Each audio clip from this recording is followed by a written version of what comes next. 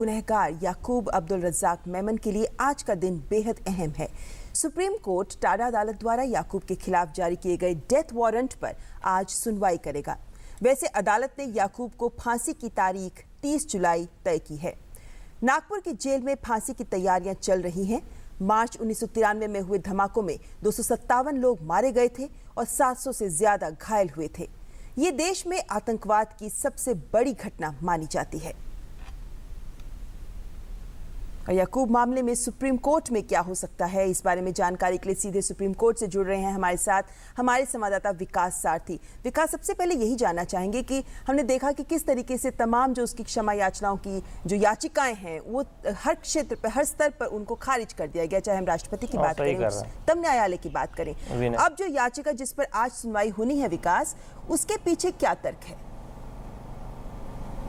देखिए, दो बातें हैं यहाँ पर। पहला ये है कि जो डेथ वारंट या एग्जीक्यूशन वारंट जारी किया गया था निचली अदालत की तरफ से, उसको चुनौती दी गई है। कहीं ना कहीं प्रोसीजरल लैप्स पर सवाल उठाया गया है, क्योंकि 21 तारीख को सुप्रीम कोर्ट ने इस मामले में क्यूरेटिव याचिका पर सुनवाई की थी और उसे रद्द किया था, और इससे पहले ही डेथ वारंट जारी किया जा चुका था। तो एक तकनीकी अड़चन ये है इसमें कि कम से कम 14 दिन का वक्त मिलना चाहिए। सुप्रीम कोर्ट का एक फैसला है शत्रुघ्न चौहान बनाम भारत संघ, उसमें ये कहा गया है कि जो दया याचिका रद्द होने के बाद कम से कम 14 दिन का वक्त कैदी को मिलना चाहिए, वो उसका यहाँ पर उल्लंघन होता है। एक ये तकनीकी पहलू सामने आ गया है जिसकी वजह से सुप्रीम कोर्ट इसको सुनने के लिए राज़ी हुआ है। दूसरी बात, आप जैसा जानते हैं कि राज्यपाल के पास भी एक बार फिर दया याचिका याकूब मेमन के परिवार की ओर से भेजी गई है।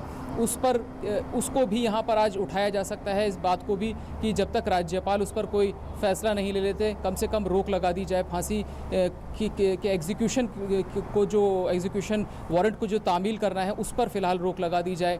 ये दो प्रमुख बातें उठाई जा सकती हैं। इसके अलावा आप जैसा बता रही थी कि तमाम सांसद हैं और कुछ सुप्रीम कोर्ट के पूर्व जज हैं जिन्होंने एक मसला ये उठाया है कि याकूब के मामले में फांसी उपयुक्त सज़ा नहीं है, उसको उम्र कैद की सज़ा दी जा सकती है।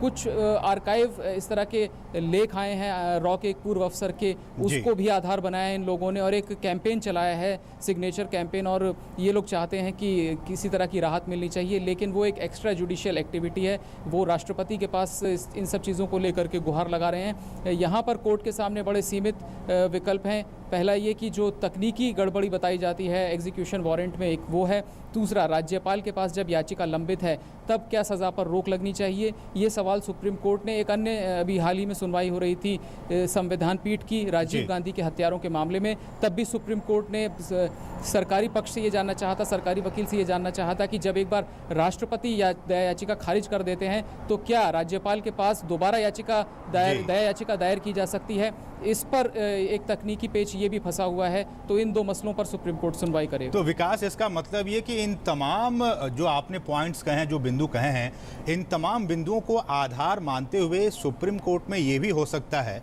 मैं एक वर्ड यूज़ कर रहा हूँ, सकता है कि क्या इसके याकूब मेमन के इस फांसी की सज़ा को सुप्रीम कोर्ट, चूँकि विचार तो कर ही रहा है, आज उस पर फैसला आएगा, ये भी हो सकता है कि उस फांसी की सज़ा को उम्र कैद में तब्दील कर दे।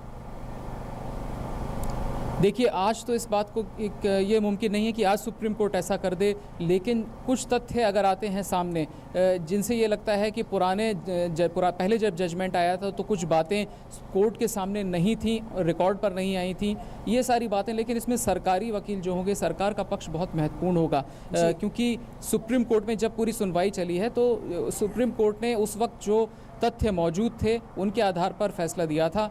किसी तरह के तथ्यों में कोई बदलाव आता है तो उसको साबित करना होगा उसको, दोनों पक्षों को, चाहे वो याचिका करता हूँ या सरकार। जब तक ये कहे, सरकार जब तक ये नहीं स्वीकार करती कि हाँ रियायत बरतनी चाहिए, कुछ तथ्य छूट गए थे, तब तक सुप्रीम कोर्ट जो रिकॉर्ड पर है उसमें सुप्रीम कोर्ट के पास बहुत ज़्यादा विकल्प नहीं है, क्योंकि बहुत सारी बेंच, मैं कहूँगा कम से कम अगर सारे जजेस को मैं गिनूँ तो 11 जज अब तक इस मामले की सुनवाई कर चुके हैं। कभी जो 2 जजेस की बेंच थी, फिर 3 जजेस की बेंच थी, इसमें एक संविधान पीठ ने भी एक बार सुनवाई की है याकूब के मामले को लेकर के। तो यहाँ पर तकनीकी पक्ष सुप्रीम कोर्ट के सामने फिलहाल 2 ही हैं। पहला कि डेथ वारंट लीगल है या नहीं, इस पर रोक, अगर इसकी वजह से रोक लगती है तो वो एक अंतरिम रोक होगी सज़ा की तामील पर। दूसरा, राज्यपाल के पास जब जब दया याचिका लंबित है तब क्या सजा दी जा सकती है। विकास, इन दो ऐसे में क्या विकल्पों हम पर ये सुप्रीम मान कोर्ट सकते विचार हैं कि करेगा। जिस तरीके से राज्यपाल के सामने क्षमा याचना इस वक्त लंबित है और दूसरी ओर एक कानूनी पेंच जो आता है कि 14 दिन अंतिम क्षमा याचना और फांसी के बीच 14 दिन का अंतर होना चाहिए, क्या हम ये मान सकते हैं कि इन दोनों पहलुओं को देखते हुए 30 जुलाई को फांसी, इसको लेकर क्या संभावनाएं दिखती हैं? जी बिल्कुल, वही मैं कह रहा हूँ कि अंतरिम रोक यहाँ पर लग सकती है अगर ये बात याचिकाकर्ता, क्योंकि फैसला जो है वो संविधान पीठ का है शत्रुघ्न चौहान वाले मामले में, और उसमें ये साफ कहा गया है कि प्रोसीजर क्या होगा, किसी कैदी को जब फांसी दी जानी है तो उससे पहले क्या चीज़ें करनी पड़ेंगी सरकार को, जिनमें कि ये 14 दिन का एक समय देना, परिवार से मिलने की अनुमति देना, ये सारी चीज़ें संविधान पीठ की ने कही हैं।